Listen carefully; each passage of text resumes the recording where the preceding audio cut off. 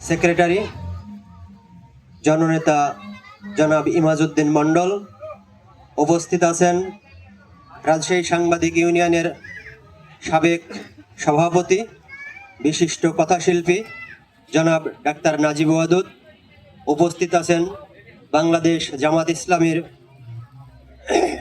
রাজশাহী মহানগরীর সহকারী প্রচার সম্পাদক জনাব মুস্তাফিজুর রহমান আশু, উপস্থিত আছেন রাজশাহী সাংবাদিক ইউনিয়নের সংগ্রামী সাধারণ সম্পাদক জনাব ডালিম হোসেন শান্ত, উপস্থিত আছেন বাংলাদেশ ফেডারেল সাংবাদিক ইউনিয়নের কেন্দ্রীয় সহকারী মহাসচিব ডক্টর সাদিকুল ইসলাম স্বপন, উপস্থিত আছেন আজকের এই অনুষ্ঠানের সঞ্চালক রাজশাহী সাংবাদিক ইউনিয়নের নির্বাহী সদস্য দৈনিক নতুন প্রভাতের সম্পাদক কবি সোহেল মাহবুব, আমার সামনে উপবিষ্ট রাজশাহী সাংবাদিক ইউনিয়নের সদস্যবৃন্দ এবং তাদের পরিবারের সদস্যবৃন্দ, উপস্থিত সম্মানিত অতিথিবৃন্দ, আসসালামু আলাইকুম রহমতুল্লাহ। আমরা আজকের এই অনুষ্ঠানের একেবারে শেষ পর্যায়ে এসে উপনীত হয়েছি।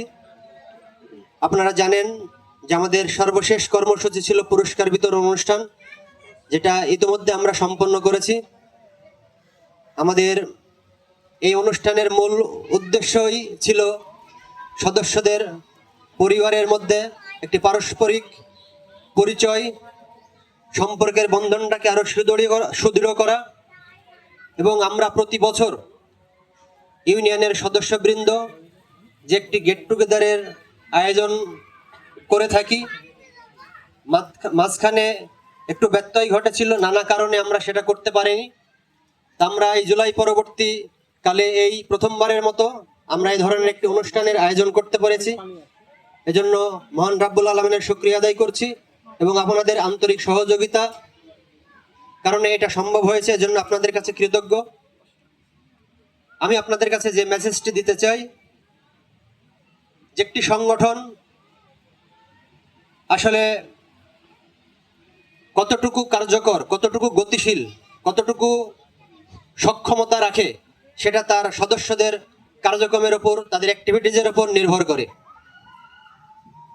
তা আমরা আশা রাখবো যে রাজশাহী সাংবাদিক ইউনিয়ন এটি সাংবাদিকদের অধিকার আদায়ের একটি স্বীকৃত সংগঠন।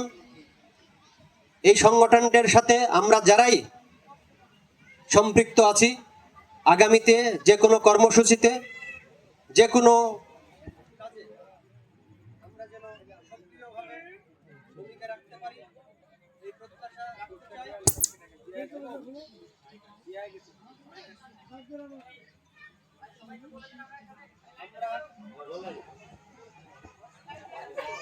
যেন আমাদের পারস্পরিক সম্পর্কটাকে আরো অটুট, সম্পর্কের বন্ধনটাকে যাতে আরো মজবুত করতে পারি এবং আগামীতে যে কোনো আন্দোলন কর্মসূচিতে, যে কোনো কার্যক্রমে আমরা যেন অতীতের মতো স্বতঃস্ফূর্ত এবং সক্রিয় ভূমিকা পালন করতে পারি। তবে আমাদের এই পরিকল্পনা, আমাদের যে অগ্রযাত্রা, এটা আরো গতিশীল হবে এবং আমরা নির্দিষ্ট লক্ষ্যে পৌঁছতে সক্ষম হব ইনশাল্লাহ।